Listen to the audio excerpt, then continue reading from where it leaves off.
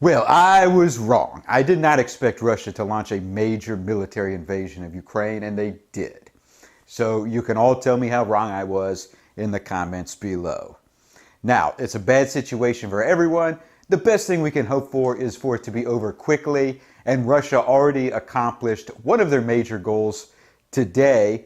They have ended the Crimean Water Crisis. So if you don't know, prior to annexation, 85% of the water used in Crimea was coming down the North Crimean Canal. This canal was built by the Soviet Union around 1960. And when Russia annexed Crimea, Ukraine retaliated by dropping a dam into the canal right above the peninsula and shutting off their water. There was total crop failure in Crimea, and there's been a major crisis ever since. Water is heavily rationed. From what I've seen in media reports, you basically get 2 to 3 hours of running water in the morning, and then 2 to 3 hours of running water in the evening. And Russia has spent hundreds of millions of dollars trying to supplement the water supply in Crimea. Now, this, of course, is a serious matter, and wars have been fought over this. Egypt is threatening to bomb Ethiopia over this same issue right now. And you're probably thinking that this violates international law, at least international norms. Well, according to officials in America and the Ukraine, you would be wrong. In fact, they say because the Geneva Convention says that an invading army must provide fresh water to people that they conquer, well, they're saying that the Geneva Convention makes Putin responsible for supplying Crimea with water, and Ukraine has no obligations. And I seriously doubt that the framers of the Geneva Conventions had this in mind. This completely goes against the spirit of the Geneva Convention. Things began, Russia basically did exactly what America has done all over the world. They first established total air superiority right off the bat. And then the thing that surprised me is all kinds of Russian forces just came piling into Ukraine through two little tiny choke points that link Crimea to Ukraine. And it seemed like if Ukraine was going to fight back, this would be one of the key places they'd be defending, these little choke points. But no, so Russian troops spread all over. They took control of this hydroelectric dam, which is where the canal starts. And then they reopened the canal, and Russian media outlets are saying that water is flowing into Crimea again. I'm sure the people were probably flushing their toilets over and over with joy.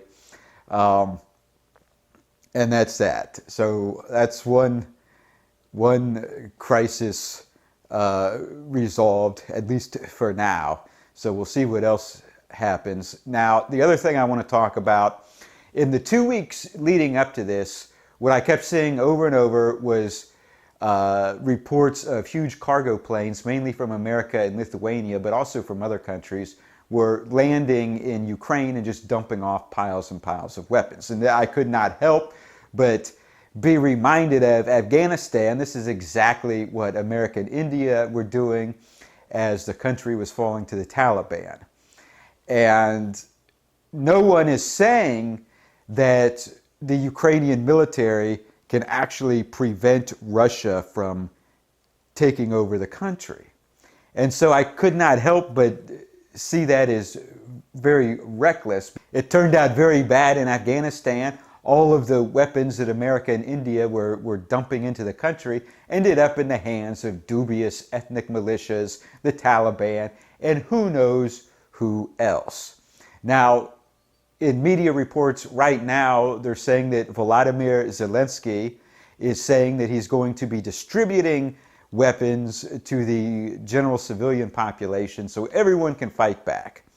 Well, once again, I'm reminded of Afghanistan, not to mention at least a dozen other conflicts. So this is what happens when the government is desperate. They start distributing weapons to the civilian population, and it never works. People just take the weapons and then sell them, or they use them for completely other purposes. And so already the People's Republics of Donetsk and Luhansk are already regarded as centers of arms smuggling. And you can find a bunch of reports in the news about people being arrested coming back from those places trying to smuggle military weapons into other European countries. I can't help but think that Ukraine is about to become a giant arms bazaar. And I would not be surprised at all if a year from now, a Stinger missile or a Javelin shows up at a crime scene in some other European country. A while back, I made a video where I talked about how Turkish and Kurdish gangs in Sweden were bombing each other's cultural centers with actual military grenades. The grenades are coming from the Balkans, where people just have grenades left over from the wars. And sometimes they want money and they sell those grenades to whoever will pay for them. And some have ended up in the hands of immigrant gangs in Sweden. Now, don't get me wrong, I am not an advocate of gun control. I fully support private firearms ownership. I just think that when you know a country's military is going to be defeated anyway, dumping massive amounts of weapons into that country at the last minute, well, that has some serious flaws. All right, thanks for watching this video. Click the like button, post a comment below, tell me what you think about all this, and click the subscribe button. New video every few days.